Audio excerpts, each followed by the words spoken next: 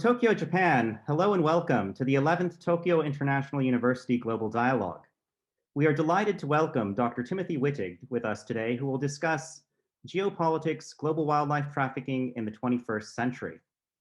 Dr. Wittig is a world-leading expert on counter-wildlife trafficking efforts and is the Director of Intelligence at Focused Conservation, and he is an Associate Fellow at the Royal United Services Institute. Tim's professional background is in targeting illicit networks, intelligence analysis, and African and global security. Before we begin, I would like to remind the audience that this discussion is being recorded, and if you would like to ask a question, please feel free to write your question either using the Q&A chat box or to raise your hand during the Q&A session, which will follow Tim's presentation. Remember, when asking your questions, please state your affiliation and where you are from. Tim, welcome to the TIU Global Dialogue, and the floor is yours.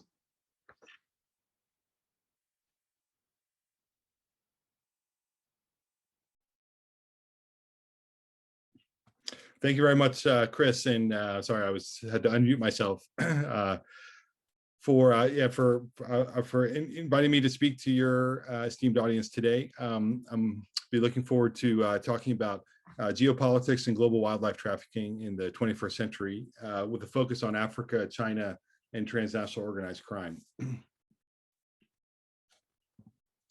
So just first a little bit of background about Focused Conservation. Focused Conservation is a nonprofit that's based in the United States, in Florida. We work mostly in Africa, but also in Asia and the Americas and across the US and European region. Our mission is to dismantle the illegal wildlife trade, especially by supporting governments and law enforcement agencies in investigating, arresting, and prosecuting wildlife traffickers. The people that work at Focused Conservation are mostly former law enforcement or security analyst people applying those skills and those experiences to the mission to save wildlife, the world's wildlife. I'm also a fellow at the Royal United Services Institute in London. There's a little bit of background there. RUSI is a defense and security think tank based in London with a very long history since the 1800s. So first, I'd like to just first start with a summary of what global wildlife trafficking is. So probably many people have heard something about the issue, but maybe not kind of the full story and why it's important to the international community. So first, maybe even to take it up at an even more strategic level, how important is nature, biodiversity to the international system today? So just by the numbers, according to the World Economic Forum, over half of the world's total GDP, so about $44 trillion of economic value generation is either moderately or highly dependent on nature. So this includes supply chains for agriculture, for medicines, for food supply chains, and the rest of it. So as you can see, the global economy is really deeply embedded in the natural world. Declines in biodiversity, and we'll talk about that in a minute. Declines in biodiversity threaten about 80% of the Sustainable Development Goals. So most of the Sustainable Development Goals are unachievable if with declines in biodiversity. And also biodiversity, according to the World Economic Forum's report in 2020, biodiversity loss or ecosystem collapse rated as the second most impactful and the third most likely strategic risk overall to humanity, according to the WEF. And from a conservation standpoint, from a biological standpoint, there are actually now today less in absolute numbers, less than half, only about 60. There's been a 60%, almost a 60% decline in wild animals, in the number of animals in the world as there were 50 years ago. And currently the UN panel that looks at biodiversity estimates that there's about 1 million species that are currently at risk of going extinct. So just a few maps that show kind of the catastrophic decline in wildlife populations. So first, as you can see here with this map of tigers, the the lighter color is the original tiger range, and historically, and there's only about 3,000 tigers that are left in the wild in the world in total. There's actually more tigers in captivity in the United States than there are in the wild in the world right now. Just looking at elephants, so on the left there is the historical elephant range, pre-colonial times. So there are about 27 million elephants then, about 200 years ago. Today, there's only between about 400,000 and 700,000 elephants. And as you can see, they're very restricted in where they are, with the most by far being in Southern Africa. Lions, if any of you are readers of Greek mythology, you know, there's a fair amount of lions in Greek mythology, like pictured there in that mosaic. And that's because 2,000 years ago, 3,000 years ago, there were lions in Greece. So as you can see, the lion range has really also catastrophically declined over the years. Here's rhinos. There's rhinos in Africa and also in Asia, but there's only about 27,000 rhinos that remain in the wild, and almost none outside of protected areas or national parks, and the vast majority of those are in South Africa.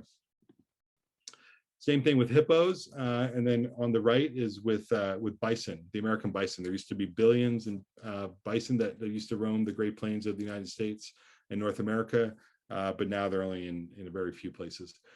So these maps illustrate just one way of illustrating, along with those statistics, the really world historic and catastrophic decline in the natural world.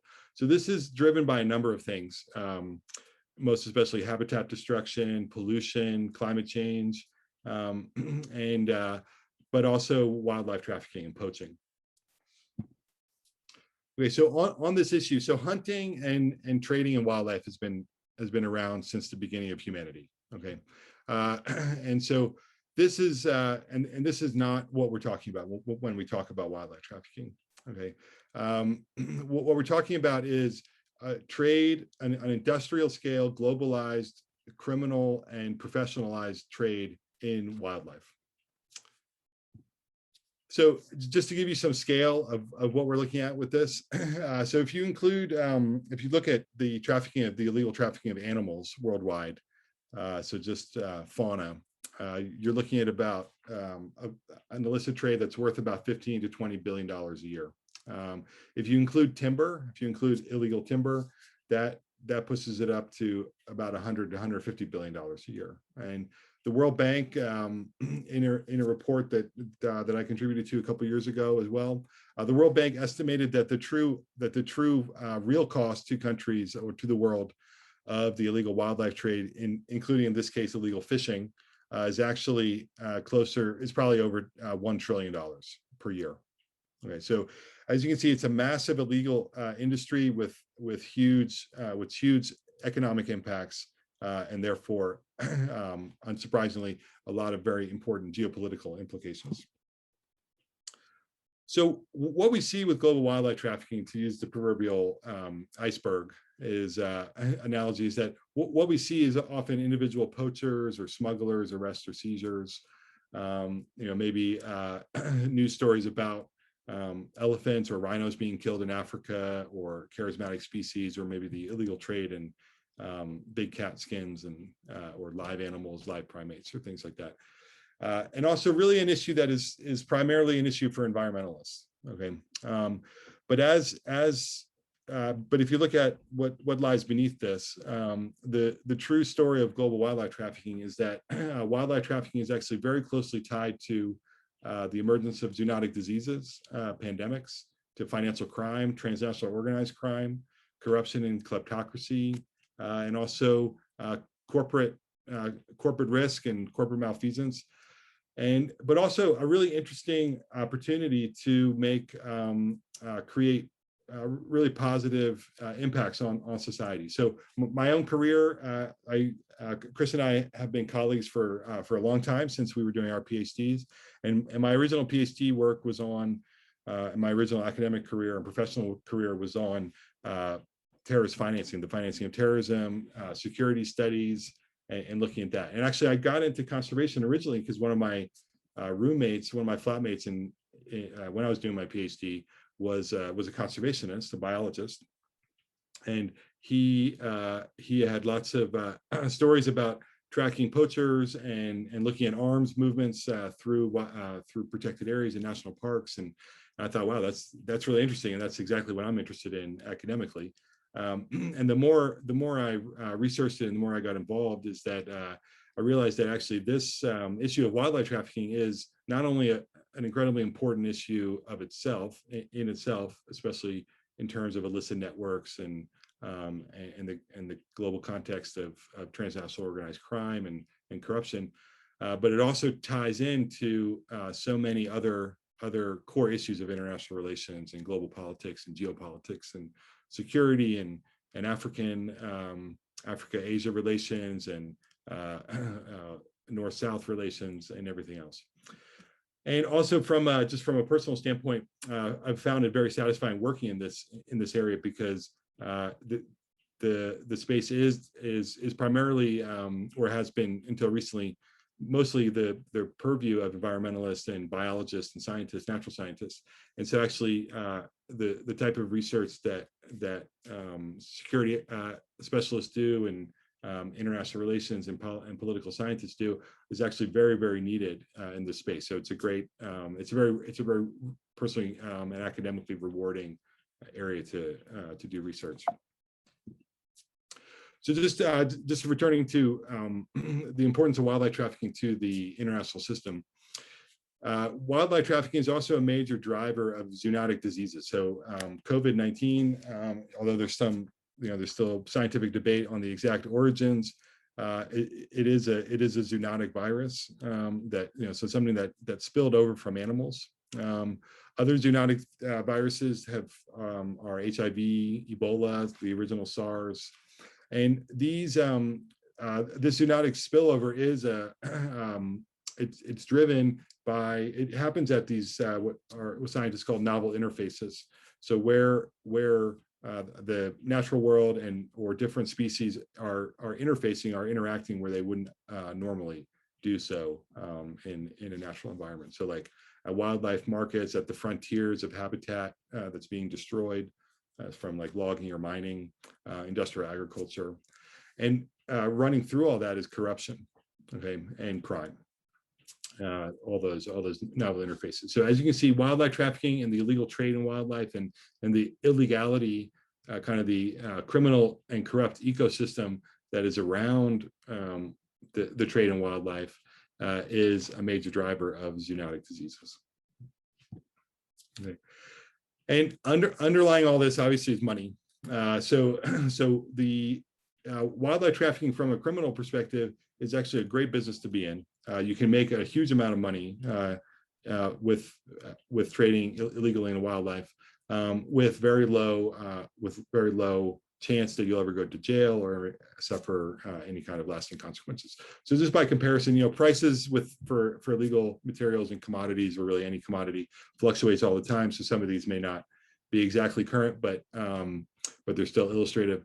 So as you can see, like the price of rhino horn, for example, or some of these other wildlife products very favorably compares to things like gold or cocaine or heroin.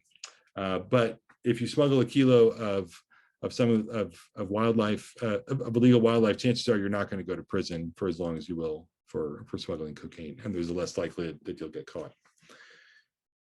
Just from a legal perspective, so if there's any lawyers or looking at it from the legal perspectives, wildlife trafficking, IWT there is the acronym for illegal wildlife trade or illicit wildlife trafficking.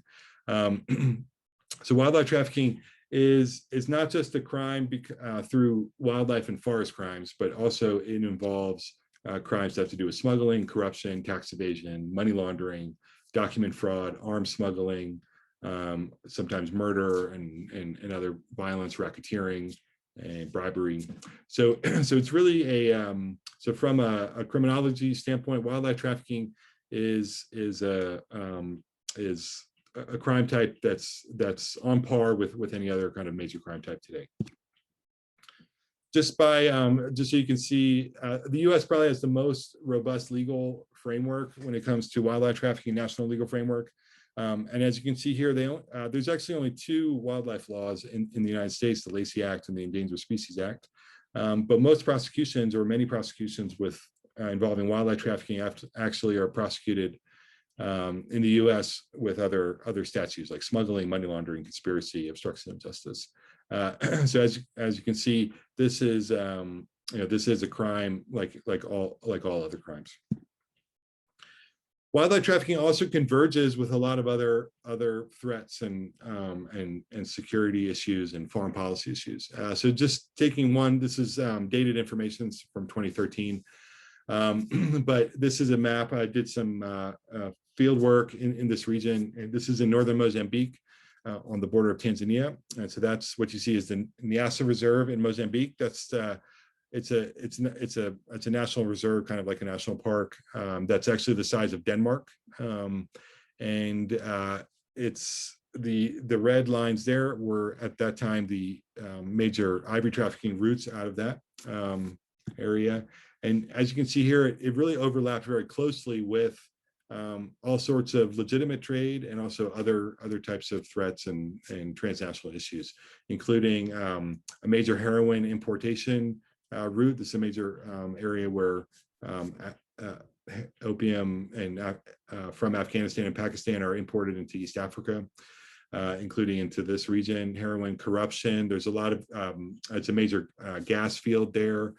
Currently, there's a jihadist Islamic State related movement in northern Mozambique. They don't seem to be related to the wildlife trade there, but also gems and illegal arms movements. So, and this type of map you can draw in most places where there's really powerful overlap between wildlife trafficking and other security issues, other geopolitical issues.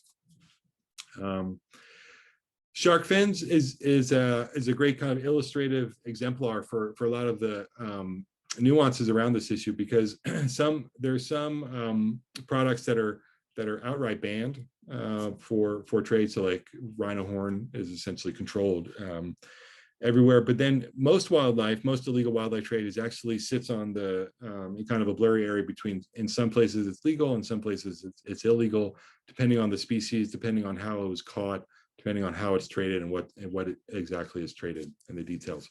So shark finning is a huge it's a huge industry. There's about 70 to 100 million sharks that are killed every year for this trade. And so this industrial scale is really not possible without organized criminality and industrial scale corruption. Okay.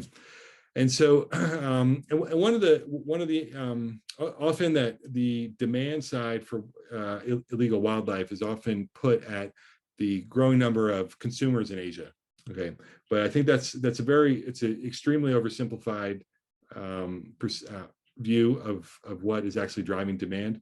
The evidence actually points that the demand for illegal wildlife is really driven by investors and people marketing wildlife products to new markets. And actually, the markets are actually much more finite than they are than the conventional wisdom says. So, for example, illegal ivory.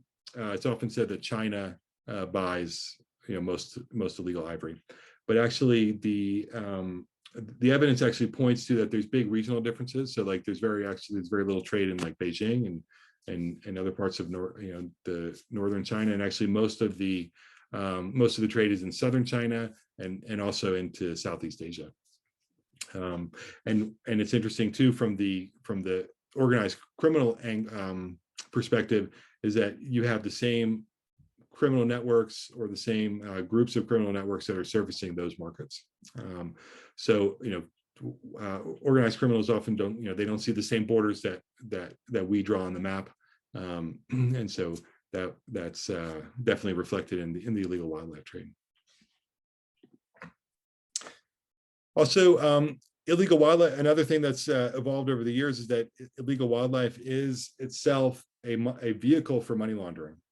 So that a lot of, for example, this case here on the screen, and also another case recently, there was a few $1 million of Mexican drug cartel money that was laundered. It was a big case in prosecution where there were a few $1 million worth of illegal Mexican drug cartel money that were laundered through seahorses and sea cucumbers through New York State, actually, which is very far from the nearest sea cucumber. So that's and this is something you see a lot in Africa and also in Asia and Southeast Asia, is that wildlife is actually a vehicle for laundering proceeds from other crimes. So wildlife is really part and parcel of a larger criminal ecosystem that's also influencing politics. Okay, so going to the main thing of with this baseline understanding of global wildlife trafficking, let's talk about the geopolitics of it. So I've picked out, so there's many things to talk about with this question, this issue. I picked out three tension points. So three kind of main areas where you see a dichotomy involving the geopolitical dynamics of global wildlife trafficking. So the first is wildlife trafficking as an instrument of the state. So Western efforts to fight wildlife trafficking are very much embedded into other foreign policy priorities, especially around the rules-based order, and I would say maybe a reassertion of the rules-based order, especially now.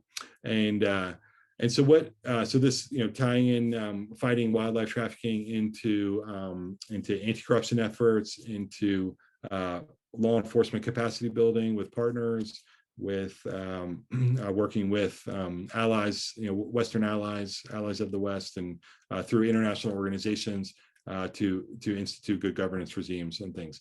In 2016, the U.S. passed the END Act, which actually creates the first assessment framework for problem countries around wildlife trafficking. So that was a major step forward, both for the U.S. but also internationally. Is that they're similar to drug control assessment frameworks and terrorist sanctions list and things like that. So now there's something for wildlife trafficking. As far as international leadership, the U.S. is probably de facto the leader in the legal frameworks relating to wildlife trafficking, especially the criminal legal frameworks, and also in the operational commitment to it.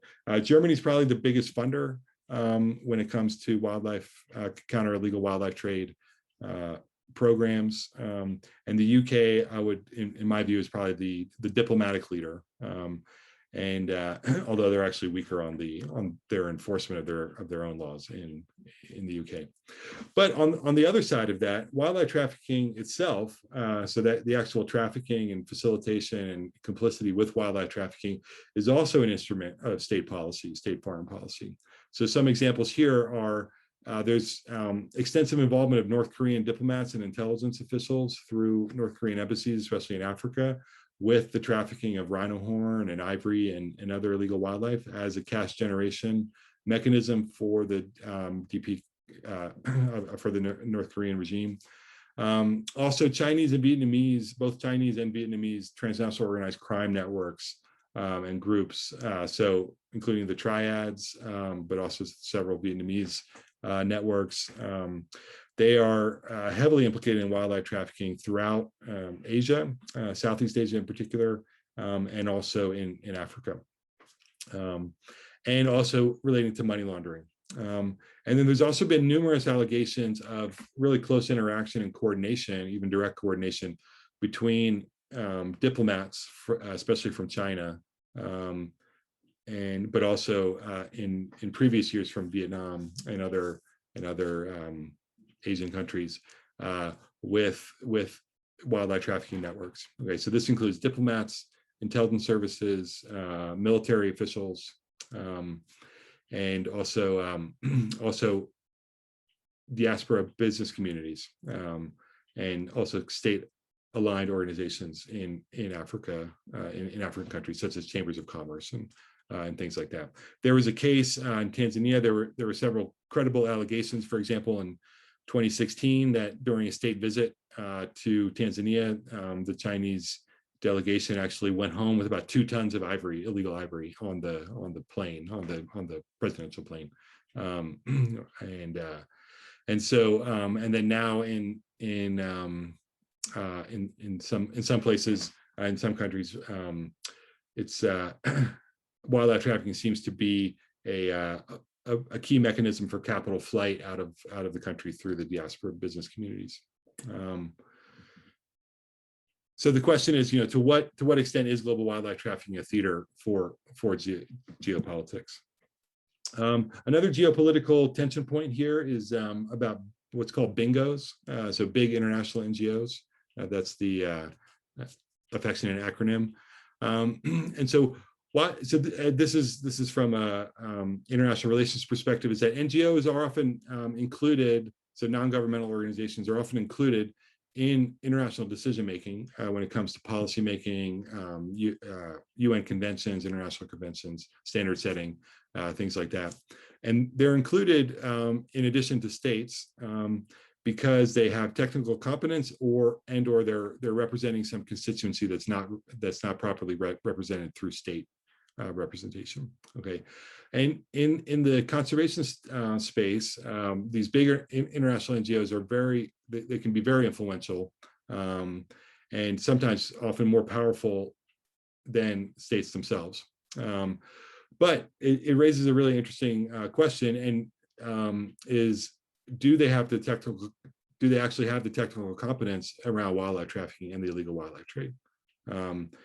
Because international NGOs, conservation NGOs, the history of conservation has a lot to do with, well, it came up, most conservationists, I would say, like statistically they come from a natural science background or an activist background, and they do some great work. I mean, there's some extremely passionate and very experienced and very knowledgeable real experts on the scientific side of conservation.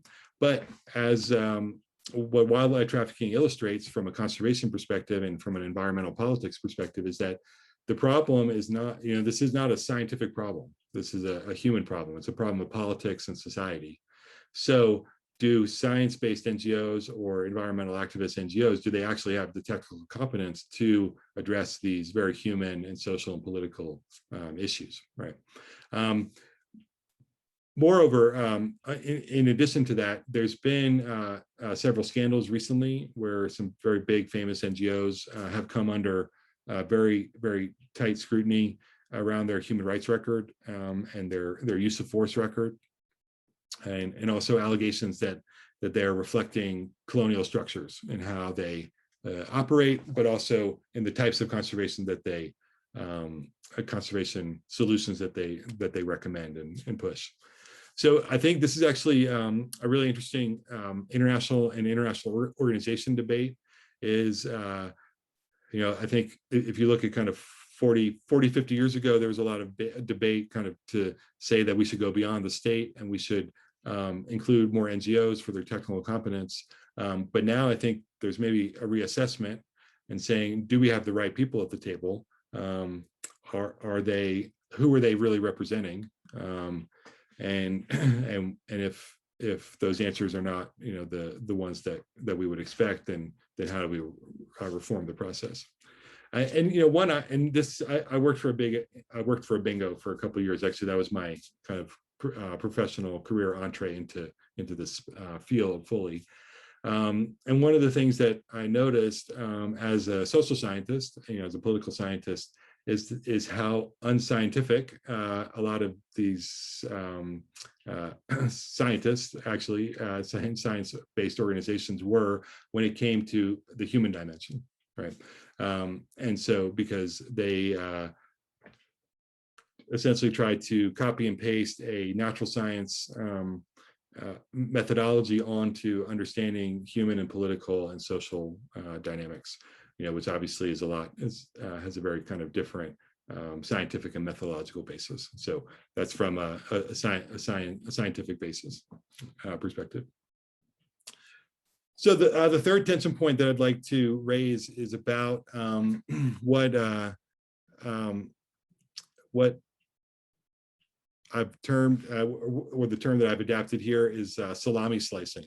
And so this has to do with specifically the overlap with China's foreign policy and the geopolitics of China in Africa and China around the world, especially with the Belt and Road Initiative and foreign influence on some of these international institutions. So first, just to define salami slicing. So this is a term that was coined a couple of decades ago to describe foreign policy where aggressive actions are made, but to change kind of geopolitical dynamics. But every individual action falls below the threshold where any kind of robust response would be justified. Okay, so some of the famous example, a very famous example now is the South China Sea situation where China has slowly built up islands, initially for one purpose and initially justified in one way, and then now as a way to secure territorial waters and to create a new reality. Same thing maybe on the border with India and China, and many other examples. Okay, so the idea is that every slice of the salami is not something that is would justify any kind of really robust response, but after a period of time, the whole salami is eaten. So in this, using this framework, I think is very interesting because it may explain some of the dynamics that are happening, the geopolitical and political dynamics that are happening in Africa around the illegal wildlife trade. So one thing that's happening specifically around elephants and ivory in Southern Africa. So Southern Africa has the most robust elephant populations. They've been the most successful at protecting their elephant populations. So for example, Botswana has hundreds of thousands of elephants, where some of the East African countries that are much that have a very different political viewpoint on elephants just have a few thousand actually. So the Southern African countries would like to actually be able to sell legally. They would like to be able to legally sell ivory, their ivory stockpiles. So for example, from ivory taken from elephants that have died of natural causes, and then they're stockpiled. And so they would like the ability to sell this ivory to other governments, especially China, in order to raise revenue for their country. So that's largely a legitimate policy position. Even if you might disagree with it. And it's a genuine policy position for a lot of these countries. However, it can't, from the analytical standpoint, you can't ignore the fact that many of these countries that are, especially Zimbabwe and Zambia, that are really promoting this change in policy and campaigning for it, are also key clients of the Belt and Road Initiative, China's Belt and Road Initiative, and recipients of a large amount of investment from China, and also a lot of allegations around corruption and support of corrupt regime figures within those countries. Okay, so one of the so it begs the question: what foreign influences are at play in this ivory debate within CITES? So CITES, CITES, that's the UN Convention on Endangered Species of Flora and Fauna. That's the main UN convention that governs the trade, and it basically decides what species can be legally traded and which ones are illegally traded, and governs the framework about how that is done. And so it's a consensus-based mechanism, international mechanism. And so what's happened is that a lot of these Southern African countries have proposed that they would be able to sell their ivory legally, but those proposals have been rejected by the CITES Conference of Parties. So it seems there's a fair amount of evidence that actually China, so some of it direct and some of it deductive, is that China may be influencing this process in a salami slicing way, with a potential end game to seed doubt within the CITES regime. So there's actually now open talk of Zimbabwe and Zambia and some other countries actually withdrawing completely from CITES. And so if this is the case, then the strategic end game, may be that there has to do with seeding doubt and confusion around CITES as a way to protect traditional medicine, and also the perception of China as the primary bad actor when it comes to wildlife trafficking. And so this is the case because China's actually done some very, very good and productive things when it comes to controlling the illegal wildlife trade within China and coming into China. They've had a very intensive 2-year customs operation to stop illegal trade of wildlife coming into the country. They banned ivory domestically and have taken a number of strong measures against the illegal wildlife trade. However, at the same time, China has really developed and really promoted its traditional Chinese medicine (TCM) industry, both within China and also internationally, and has done so as part of its as part of the current government's promotion of traditional Chinese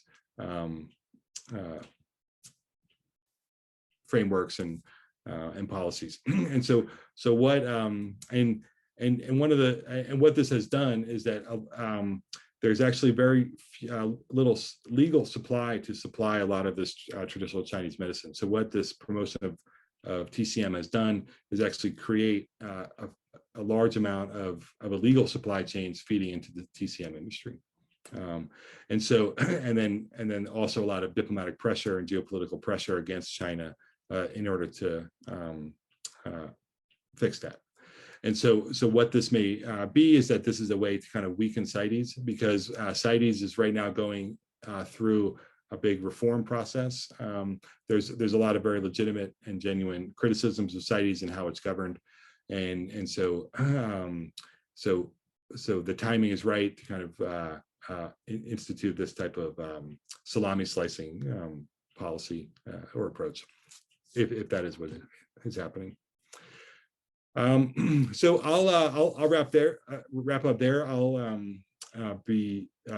welcome all questions and discussion around wildlife trade, illegal wildlife trade, wildlife trafficking, and the geopolitical impacts. And so I'll just end on an optimistic note. I mean, this is when you're talking about 97% declines in species numbers and the death of all life on planet Earth, that can be kind of can seem negative, but actually this is a very like I said, it's a very rewarding and hopeful space to work in. And one of the most heartening things is that we actually do have an opportunity to stop the illegal wildlife trade. It's completely achievable, and the more, I would say, the more international relations people and political science and social scientists and practitioners are involved in this, and the more wildlife is on these other kind of policy agendas, I think the better chance we have. So thank you very much. Thank you very much for that, Tim. And I see that we already have a few questions from the audience. So we will start with those who have their hands up. And I see we have Professor Nathan Munier, who has recently written a book on compliance with the Kimberley process and the diamond trade in sub-Saharan Africa. So Nathan. Hello, thanks a lot for your presentation. Actually, I read your book before, and I liked it a few years ago, and I would definitely recommend it. So I kind of wanted to talk a little bit more about this. You talk about these Southern African states and how they vary and how seriously they take wildlife trafficking. Why do you think this is? I mean, China, I can see as part of it, but are there other factors that are important too? Yeah, absolutely. I mean, it's I think the main factors are well, number one, that the Southern African states are actually have demonstrably better record at protecting at least elephants, but also other species. And so I think they very genuinely believe that they should be able to set their own national policies when it comes to trade and conservation. So I think there's a real grassroots feeling that they should be able to set their own policies, and that they don't appreciate the international interference that they might see. But then also a lot of these countries are they have very corrupt governments. I mean, take Zimbabwe, and so those governments maybe are not they're not reflecting the democratic will of the country. Zambia is a great example. There's Zambian elections are coming up soon in the next couple of weeks, and Zambia has a lot of there's a lot of Chinese influence in Zambia, but then there's a lot of popular resistance to that influence too, and kind of a perception that it's neo-colonial.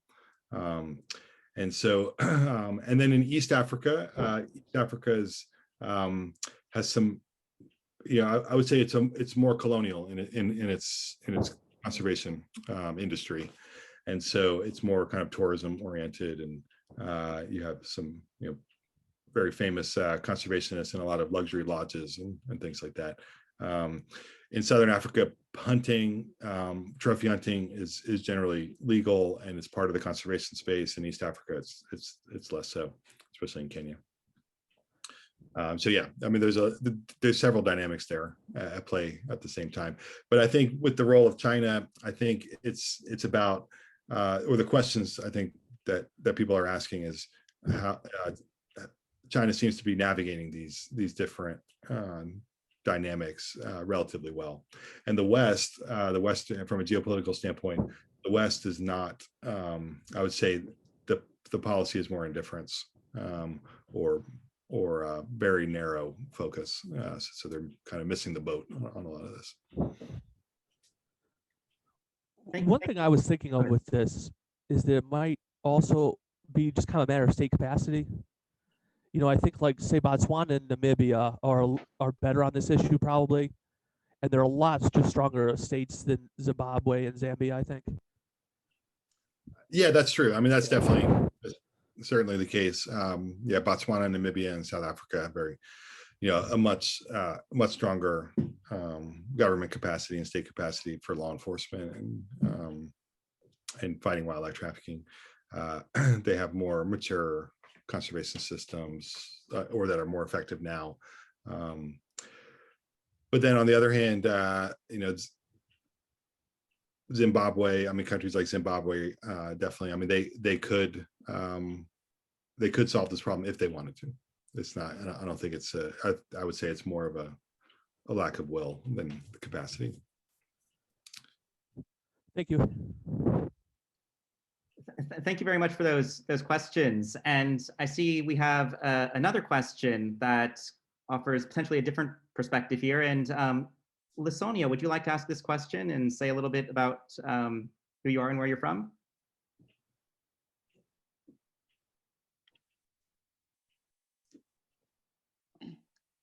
Yes, hello. Hi, and thank you very much for your very informative presentation. My name is Lisonia, and I'm from Guinea-Bissau. And so I was actually looking at it, as Professor Lamont mentioned, from a different perspective. And I'm curious as to what the poverty impact is in Africa on dismantling these networks. Because it sounds like this is a big source of revenue for Africa. And as we all know, employment is very scarce.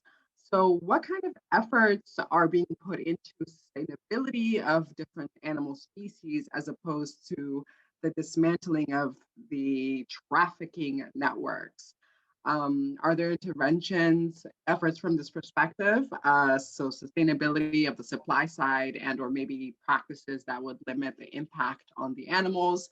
I was thinking, for example, like cows. I would assume that the demand for cows is maybe a lot higher than these other species, but yet we're able to sustain the supply. And I don't think anyone is worried about cows going extinct anytime soon. So yeah, has that been taken into account at all in these interventions? Thank you. Yeah, thank you. I think it's a great question and a great perspective. And I think, well, so first of all, I mean, it's, I mean, so it is well, just on the revenue question. I mean, so it is a major source of revenue, but I think, you know, who does that revenue go to? You know, so organized crime, I mean, just looking at it from a objective standpoint, organized crime, trafficking of any type, pretty much corruption. Those are, you know, they're extremely regressive and forms of economic activity, right? So they really, you know, most, so like, for example, with poaching, so poachers often come from kind of local communities, and you know, often poaching affords people to make you know, these local people to make more money, or at least the same amount of money that they can make in other trades, and maybe it gives them jobs that they wouldn't have otherwise. Okay, but for example, in Tanzania, we did a study, and poachers make you know, they make about $12 a week going out on these poaching missions, which can be very dangerous. And so, and even if they make 10 times that amount, you know, that's not very much for them. And it's actually comparable. I mean, so a lot of the evidence that is out there is that for most poachers, you know, it does provide them some income, but just kind of like local street drug dealers, you know, they don't make very much money actually. And then so the money's being made by the middlemen, and the real money's being made by the exporters and the people that sell it, you know, down the supply chain. So so it's, you know, illegal activities generally a very inequitable form of, you know, political economy for these countries and communities and societies. So but I think the second part is very important in that, and this is actually one of the East Africa, Southern Africa dichotomies in Africa, is that wildlife should be part of the local, it should be part of society, you know, national society and national and the national economy. And actually the way conservation is set up historically in Africa, is, I would say, it's basically modeled around, I mean, if there's one model, it's historically it's modeled around like the forests where the king would hunt in England, you know, where kind of the forests were fenced off, you know, for the benefit of the aristocracy, and then, you know, for the enjoyment of the aristocracy. And so originally in Africa, many parts of Africa, that was hunting, and now it's phototourism, and it's not just the aristocracy, it's also, you know, international tourists and things like that. And so, I mean, these places are great to go to, you know, they're beautiful and stuff, but when you do go to, you can see this is probably very unsustainable. And so, for example, in the United States, I'm not saying that, you know, the US does everything right, especially on this issue, but one thing you do notice, for example, around national parks in the US, is that you have kind of concentric circles of various types of land use, and local universities and local community colleges always have a wildlife biology department, and they do the science at that wildlife biology department for the local national park.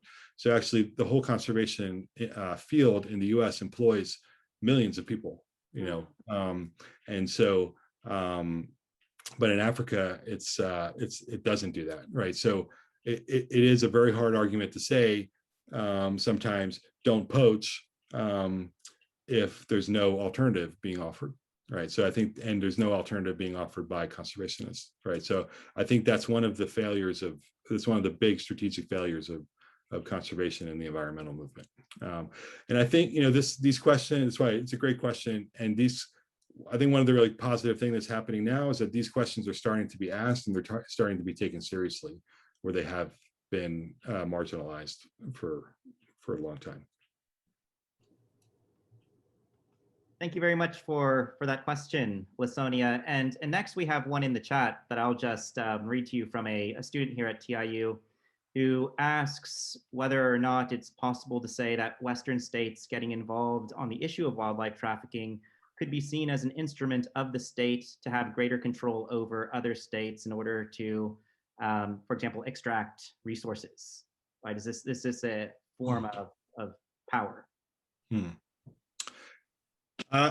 That is, I think that is, well, it's a good question. I think a valid question, and I think that's, you know, I think there's probably something to it in certain countries, but I would say in most places that's not the case. I think Western interest in conservation comes from a different place. It comes from more like more from like a good governance, rules-based order, environmental politics type thing, and maybe, and also now with wildlife trafficking from like criminal justice reform and criminal capacity building and things like that. But in some countries, there's definitely overlaps between the conservation spaces and natural resources, or at the very least land control of land. But I would say you look at the other side too, there's probably, you know, there's even more overlaps between resource control and land control around places where there are wildlife trafficking, and actually the use of wildlife, of poaching, as a way to actually compensate people that are working on these land, to kind of as a way to make extra money while you're there. Yeah, so I think that's definitely part of the dynamic, but more on the, the bad side. Yeah. Interesting. And I see we have also a question from our colleague, Professor Sojin Shin. Well, thank you, Chris, and thank you, Dr. Wittig, for the wonderful talk. I have a couple of questions. The first question, well, while listening to the cases, I carefully assumed that not only the low-income or low-middle-income countries that can cash in by selling the wildlife products, but also the autocratic states like China, North Korea, Vietnam, and other African countries are more actively involved in the illegal practices of wildlife trafficking. So do you observe any particular correlation between the political regime type and the illegal practices? And second question, well, I understand that you spent a substantial time doing field work, which would be one of the most exciting parts of research. Could you share any interesting episode you had during the field work? Well, I guess you have encountered a lot of dangerous incidents as well during the field work. Thank you. Okay, thanks. So the first question was about kind of the correlation between types of government and wildlife trafficking, especially Yes. Autocratic. Yeah, I think there definitely seems to be a correlation, and autocratic governments seem to be more because, like, what I think the more kind of prone or vulnerable to, you know, wildlife trafficking activity. And I think the reason why is because, kind of going back to the lecture, is that wildlife trafficking is, to put it plainly, it's such an easy way to make money. It's such an easy way to transfer money out of the country. It's a way to launder money. It's something that really has a very, very high, you know, it's high reward, low risk calculation. So and it really does, and because of the kind of regressive economic structure of it, is that it can make it's an easy thing to make a small amount of people a lot of money. Plus, you add on the political dynamic and the geopolitical dynamic, is that for African wildlife, the main markets are in Asia, right? So that means that it's like for example, if you had autocratic Latin American or North American or European or governments, getting illegal African wildlife would not be as valuable for them, right? So maybe getting other things are also more valuable, so they do that instead.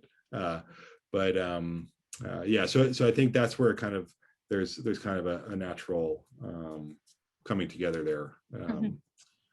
And then on the anecdotes, yes, well, lots. I mean, I think well, that place in Mozambique that I mentioned, Niassa, that was a really, really interesting place to be, because it's a very isolated place, and one of the there's actually about 30,000 people that live in the park, and so it was interesting to talk to them, the local people there that live there. They said they had zero interaction with the park, with the reserve, like the people that govern the reserve. Okay, so I thought that's fascinating. I mean, here they live in a protected area, and none of them had ever met anybody who works at the park, at the reserve.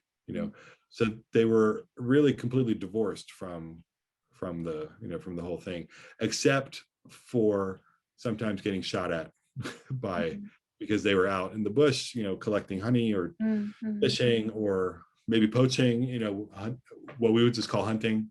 I'm from Virginia. In the US, I have lots of neighbors, in school, people used to be able to bring their rifles to school because you could go hunting after school, so, and then, but in, but they're, yeah, so I think that alienation from society, and also that they didn't even speak the language of government. They spoke Swahili in that region, but the language of government in Mozambique is Portuguese.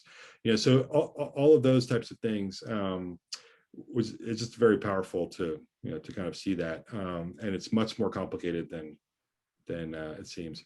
And also, just reflecting on that more, is that you see these like geopolitical issues, but then they're manifested itself at that very local level. This is also pretty interesting. And just one other final thing is they also have these ruby mines, like alluvial ruby mines, and those are they have a long time relationship with Thailand.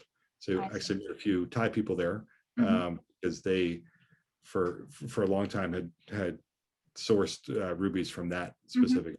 Myanmar as well, I guess. Myanmar is also very famous for the ruby.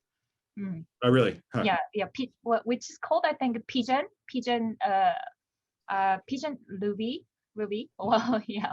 Anyway, thank you for information. That's very interesting. Thank you.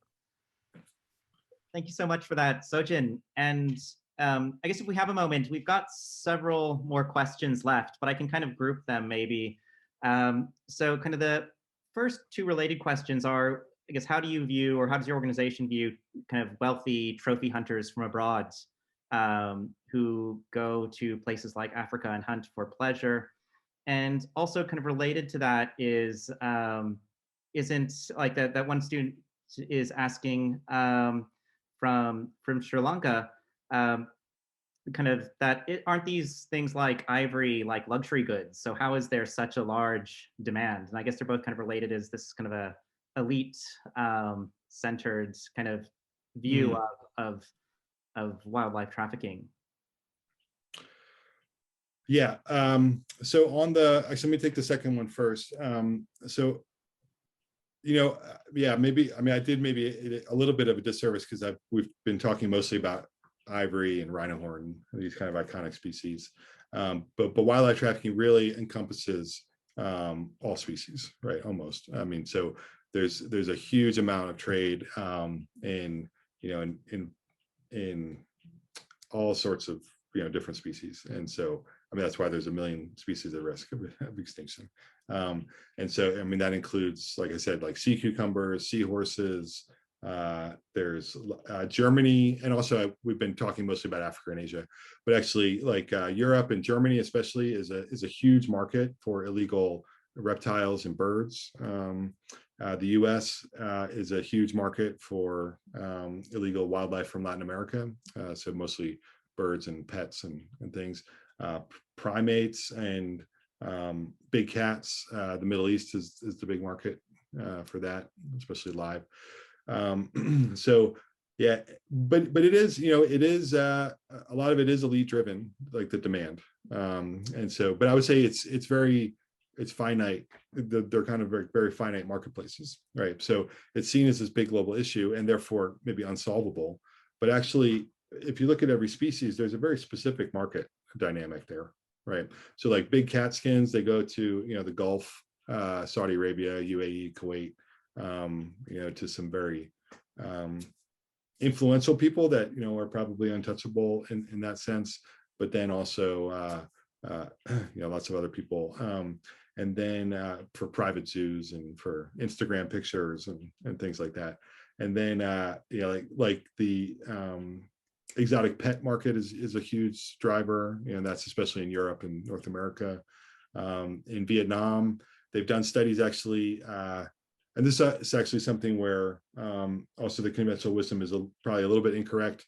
It's seen as like as a medicinal, it's often portrayed as people want this because it's a medicinal product, but actually all the empirical studies show that it's a status product, like a rhino horn, for kind of nouveau riche, basically. And same thing with a lot of ivory products and other things. So I think it's more of like a status marker. And then the first question, sorry, can you remind me of the first question? Oh, about trophy hunting from. Oh yeah. Yeah, I mean, so we don't have a position on that, but I would say, my 2 cents are, so, trophy hunting is part of conservation in Africa, especially in Southern Africa. So mainly the benefit of trophy hunting to conservation is about land use, right? So you have areas like the Serengeti, Masai Mara, northern Kenya, famous places, the Kruger, right, in South Africa. And so there's lots of photo tourism, okay, but Africa is huge, right? And so most places are very, they're very remote. They're not very pleasant places to go as a tourist. They're incredibly hard to get to. They're a little bit dangerous, and they're really out there. And so those places actually, empirically are they're not converted into other land use because they're more profitable as hunting reserves, right? Because you can make $100,000 off of one person for 1 or 2 weeks, and then and actually some of the irony is that there's a lot of corruption. So the hunting industry often says that the money goes into conservation. I don't think that's actually, there's not a lot of evidence to support that. Most of that money goes into someone's pocket.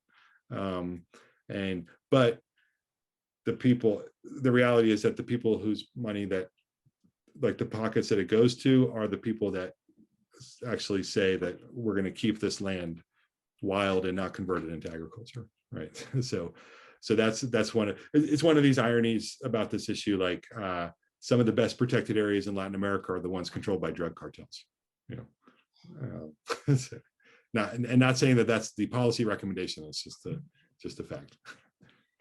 Interesting. And I think we have, if you don't mind, I am aware that we're going a little bit over time here, but there are 2 questions 2 students who are asking about regulation and how big of a priority this is for international relations, and how realistic do you see prospects of regulation? And I guess if you could just respond to those 2 questions, and then maybe just one more. Yeah, I think on regulation, I think we're way behind when it comes to nature and biodiversity. Because I think and this is what I kind of alluded to, is that the CITES is really due for a modernization, a major modernization, because most of the governance structures were written in the 70s or the 60s, right, when the world was very different, and especially when it comes to this. And so I think so there really needs to be a modernization. that modernization really needs to include the voices of all the stakeholders and all the affected countries in a democratic way.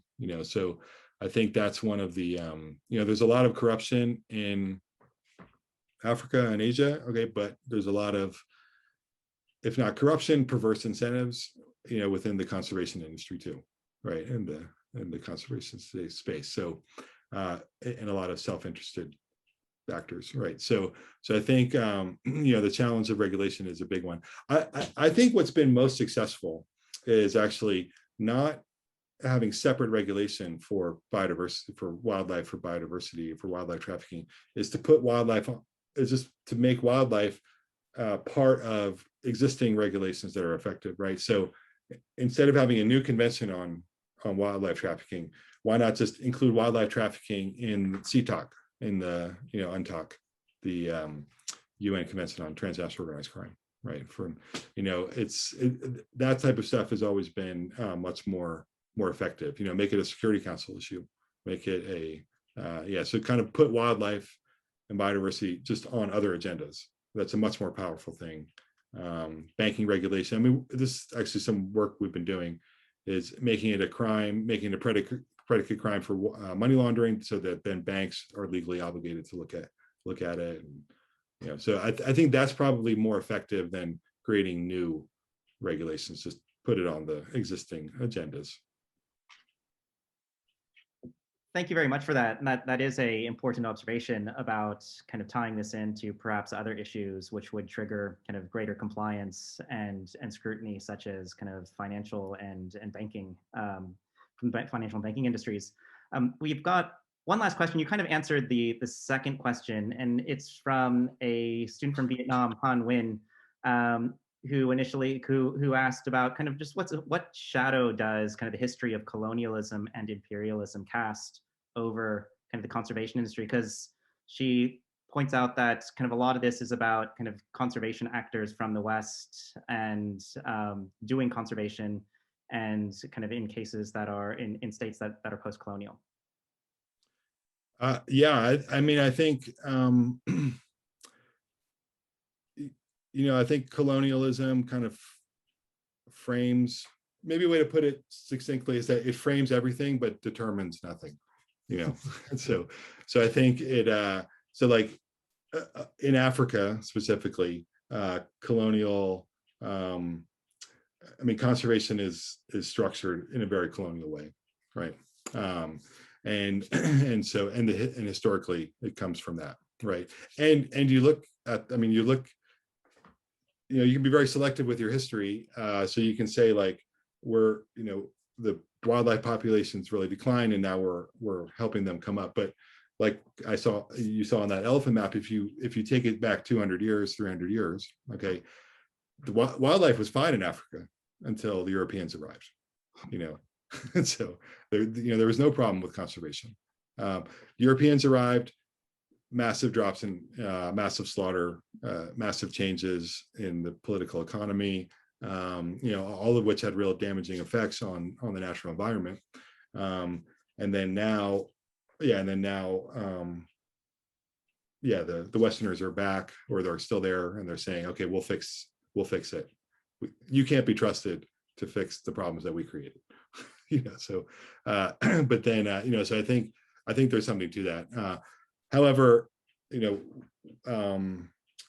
today, the problem is that in a lot of countries, a lot of former colonial countries, they just replicated the colonial structures, in current governance, right? So there's the colonial structures are still there. They're just managed by someone else. So I think it's more. I think it's very. I guess the answer is like, if you look at colonialism as a structure, as a power structure, it's still very much there. And that's really the issue, and that can manifest itself in a lot of different ways, right? So I think that's probably the issue, rather than necessarily who's doing it specifically. Well, thank you very much for that, Tim, and thank you so much also for taking the time to speak to us here at Tokyo International University for our TIU Global Dialogue. We certainly learned a lot from this, and we're aware you have a very busy schedule, so thank you for devoting some of that time to us, and we look forward to hopefully connecting with you again on this very important issue sometime in the near future. And for the audience, we'd like to also draw your attention to the fact that we will be having our next TIU Global Dialogue session in September, where we'll be hosting Dr. Ryo Hinata Yamaguchi, who will be speaking about his recently published book, Defense Planning and Readiness of North Korea Armed to Rule. So that will be in September, so stay tuned to our social media channels to see announcements for that. And for everyone, I hope you have a nice summer. So thank you so much. Thank you.